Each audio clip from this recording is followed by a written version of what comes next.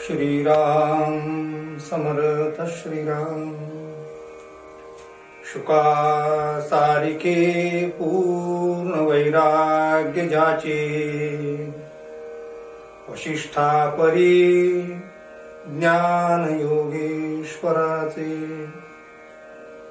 कवी वाल्मिका सारिका मान्य ऐसा, नमस्कार माझा सद्गुरु रामदासा। मला वाटते अंतरित्वा बसावे, तुझ्या दासबोधासी त्वा बोध व्हावे। अपत्या परी पाववी प्रेम ग्रासा, महाराज या सद्गुरु रामदासा। जय जय रघुवीर समर्थ। सब संतन की जय, भारत माता की जय। श्रोता भक्ता श्रीराम समर्थ श्रीराम। उपस्थित सर्व आदरणीय साधक बंधू आणि भगिनींनो, श्री समर्थांनी केलेला दासबोधातील बोध आपण गत अनेक दिवसापासून श्रवण करत आहात। आज आपण श्री समर्थांनी दशक 1 समास 5 यामध्ये केलेला जो बोध आहे तो आज आपण श्रवण करणार आहोत। या समासाचं नाव, अतिशय सुंदर असं समासाचं नाव समर्थांनी दिलं, संत स्तवन। जीवनाला धन्यता मिळण्यासाठी काय करावं या प्रश्नाचं उत्तर जणू समर्थ या समासामध्ये देतात आहे। स्तवन करणे या शब्दाचा अर्थ स्तुती करणे असा आपण कोशातील अर्थ सांगतो, परंतु स्तवन करणे, समर्थ स्तवन करण्याला संतांनी जे कार्य केलं त्या कार्याची आपण मागवा घेणे आणि त्याचबरोबर ते कार्य आपण स्वतः करणे, म्हणजे जे जे श्रेष्ठींनी केलं ते ते कनिष्ठांनी करावी। यद्यप आचरती श्रेष्ठ तत्तत् इतरे जनः असं संस्कृत वचन प्रसिद्ध आहे। श्री समर्थ स्तवन करणे म्हणजे कृतज्ञता व्यक्त करणे असं म्हणतात। आम्ही आमच्या आईवडिलांचं स्तवन करावं याचा अर्थ काय म्हणावं की आईवडिलांनी आमच्यावर जे उपकार केले आहेत ते उपकार आपण जाणावेत आणि त्यांनी जे जे कार्य केलं त्याप्रमाणे आपणही आपल्या जीवनामध्ये कार्य करावं।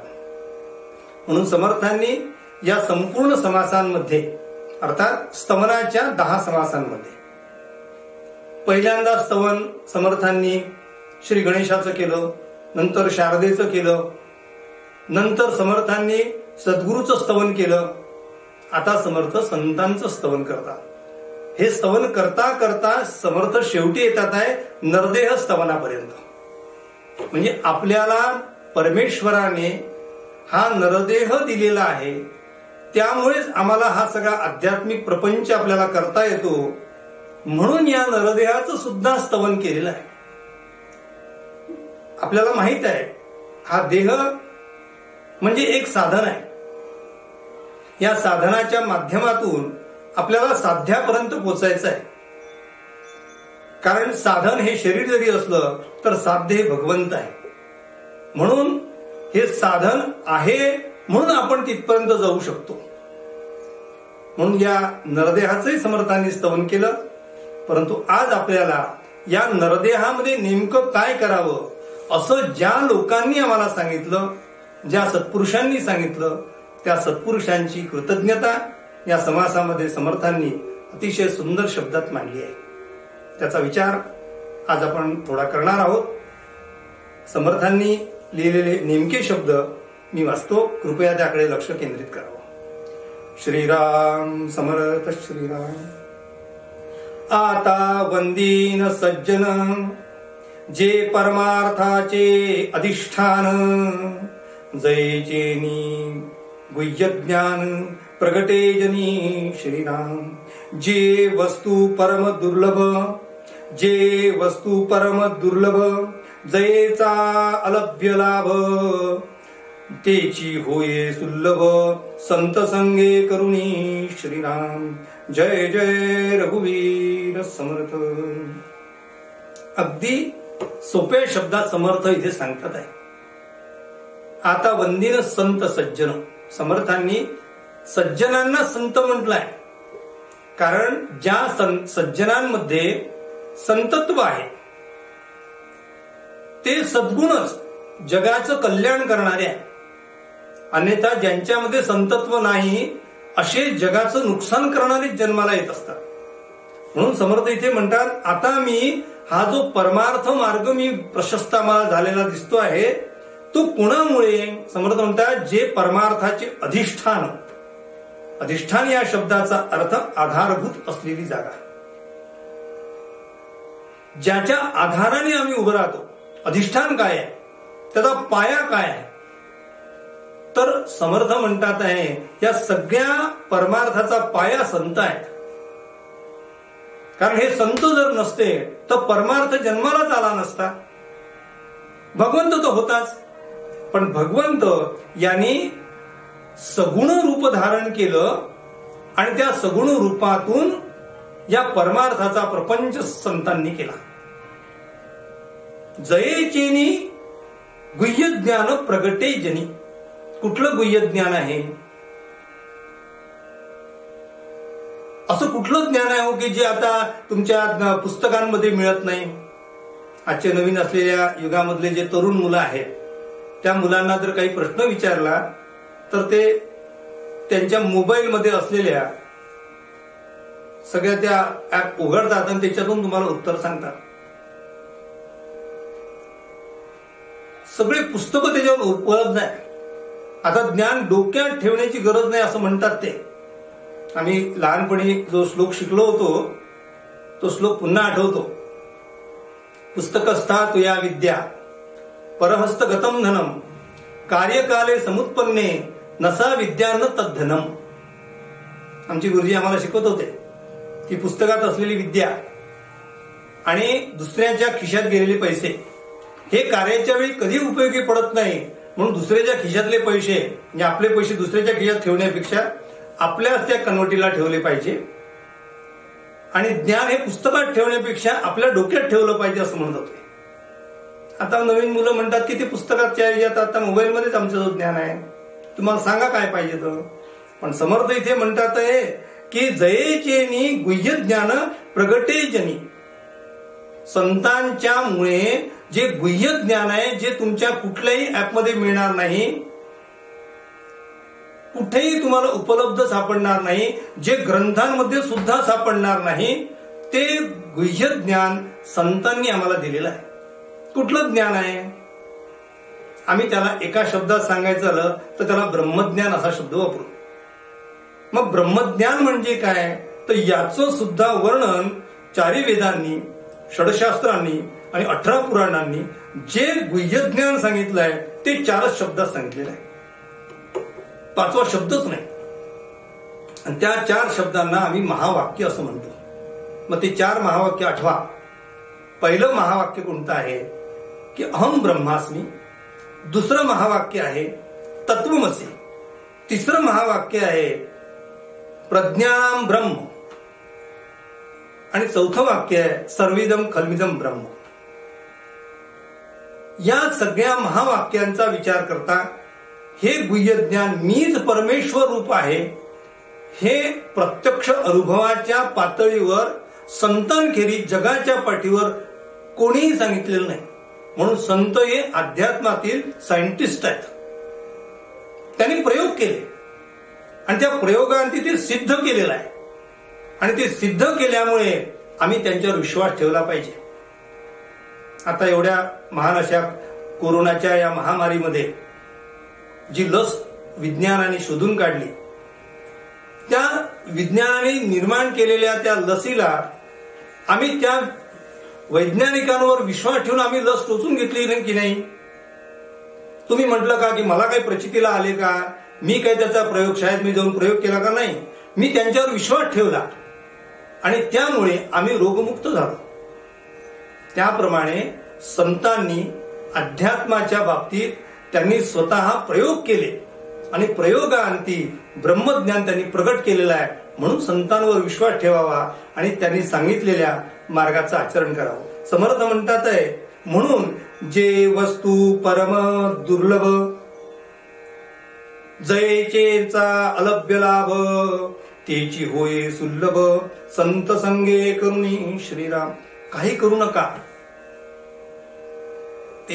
एकच वाक्य महत्वाचं आहे, सदा संतोपी गंतव्या. काही करू नका, फक्त सदैव संतांच्या सहवासात राहा. काही लोक संतांच्या सहवासात राहतात पण घेत काही नाही. म्हणून संतांच्या सहवासात राहिल्यानंतर आम्हाला त्यांच्याकडनं काही घ्यायचं आहे हा भाव जोपर्यंत तुमच्यामध्ये धारण होणार नाही तोपर्यंत त्यांच्याकडनं काही मिळणार नाही. म्हणून नुसतं सानिध्य महत्वाचं नाही, सानिध्यामागचं कारण महत्वाचं असलं पाहिजे. वासरू गाईच्या जवळ असते पण त्याला दूध मिळते, पण स्तनाजवळ असलेल्या त्या गोचिडाला दूध मिळत नाही. सानिध्य दोघांना आहे की नाही? उलट त्या वासरापेक्षा जास्त सानिध्य गोचिडाला आहे गाईचं, पण गोचिडाला ते दूध मिळत नाही, त्या वासराला मिळते. याचं कारण काय? सानिध्यामागचं कारण निश्चित झालं पाहिजे. ही माझी आई आहे आणि ही माझं कल्याण करणार आहे या भावनेतून ती आई सुद्धा त्या बालकाला दूध पाजते. म्हणून संत म्हणतात आहे, समर्थ म्हणतात आहे की म्हणून संतांच्या सहवासात राहा, सदा संतोपी गंतव्य. पुढे काय म्हटलंय पहा, वस्तू प्रगटची असे पाहता कोणासीच न दिसे नाना साधनी सायासे न पडे ठाई श्रीराम. नाना प्रकारचे साधन केले, सायास म्हणजे प्रयत्न केले, पण तरी सुद्धा आमच्या ठाई पडत नाही. याचा अर्थ आम्हाला ते दिसत नाही. पण एका बाजूला समर्थ म्हणतात वस्तू प्रगटची असते, डोळ्याने समोर दिसणारी वस्तू आहे पण दिसत नाही. या जगात अशी कुठली वस्तू आहे की जी आमच्या डोळ्याने दिसत नाही? हो, प्रकाशात तुम्ही बसले आहे, वस्तूवर प्रकाश पडलेला आहे आणि आमच्या डोळ्यांनी दिसत नाही, अशी जगात कुठली वस्तू नाही आहे. खूपच बारीक असेल तर आम्ही मायक्रोस्कोप खाली पहा तरी ती दिसेलच ना. मग दिसत नाही अशी कोणती वस्तू आहे? समर्थ म्हणतात ती वस्तू आहे माझं मी स्वतःला ओळखणे. याला ब्रह्मज्ञान म्हटलंय. समर्थ त्याचं वर्णन करतात आहे, पाहता कोणासीच न दिसे. शोधून पाहिलं तरी सापडणार नाही. मागे आपण गमतीने असं उदाहरण पाहिलं होतं की एक म्हातारी बाई होती, ती अंगण झाडत होती. अंगण झाडत असताना तिच्या जवळची एक सुई खाली पडली. जाणाऱ्याने विचारलं, आजीबाई तुम्ही काय शोधत होती इतक्या दिवस? म्हणजे काय नाही बाई, माझी सुई हरवली होती, मी घरभर शोधली पण सुई काही सापडली नाही. मग त्या माणसाने विचारलं, आजीबाई तुमची सुई पडली कुठे? आणि बाबा माझी सुई कुठे पडली मला माहीतच नाही. ती पडली होती अंगणामध्ये, ती शोधत होती घरामध्ये. सापडेल का? तसं आम्हाला ब्रह्म कुठे शोधायचं आहे? मायेमध्ये ब्रह्म सापडणार नाही. मायेला जोपर्यंत आम्ही बाजूला करणार नाही तोपर्यंत ब्रह्म सापडणार नाही. म्हणून समर्थ म्हणतात ती दिसण्यासाठी उघड आहे. हरवलेली वस्तू आम्हाला पटकन सापडते का? नाही सापडत. पण जेव्हा सापडते तेव्हा म्हणतो आम्ही हो घरभर पाहिली, आम्हाला इथेच दिसली, इथेच ठेवली होती. त्याला आम्ही मराठीत म्हणतो काखेत गळसा आणि गावाला वळसा. सगळीकडे आम्ही फिरतो. याचा अर्थ संतांच्या माध्यमातून ती वस्तू प्रगटच आहे, फक्त तुम्ही जिथे ती हरवली आहे तिथे तुम्ही शोधत नाही. तिथे शोधा म्हणजे ताबडतोब सापडेल. आणि मग तिथे शोधा, ते शोधण्यासाठी मार्गदर्शन कोणी केलंय? तर ते संतांनी केलेलं आहे. समर्थ म्हणतात आहे, जेथे परीक्षावंत ठकले, मोठे मोठे परीक्षावंत होऊन गेले, ज्ञानी होऊन गेले, ते सुद्धा फसले आहे, ठकले आहे. ना तरी डोळसची अंध झाले, पाहता असतची चुकले, निज वस्तूची श्रीराम. वस्तू हा शब्द अध्यात्मामध्ये ब्रह्माला वापरलेला आहे, आत्म्याला वापरलेला आहे. म्हणून निज वस्तू याचा अर्थ मी कोण आहे ही निज वस्तू आहे. समर्थ म्हणतात जे दीपाचे दिसेना, दिवा घेतला तरी तो दिसत नाही. नाना प्रकाशे गवसेना, नाना प्रकारचे प्रकाश टाकले तरी सापडत नाही. नेत्रांजने वसेना, दृष्टी पुढे श्रीराम. डोळ्यामध्ये अंजन घातलं, काजळ घालतात आणि ती वस्तू दाखवतात, पण तरी ती वस्तू दिसत नाही. अशी कुठली वस्तू आहे? समर्थ म्हणतात 16 कळी, पूर्ण शशी, पूर्ण चंद्र प्रकाशलेला आहे.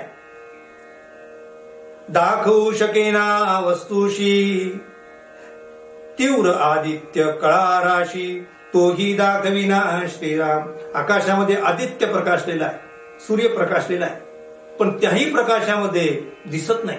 समर्थ म्हणतात सूर्याच्या प्रकाशात काय दिसत नाही आहे त्याचं वर्णन करतात.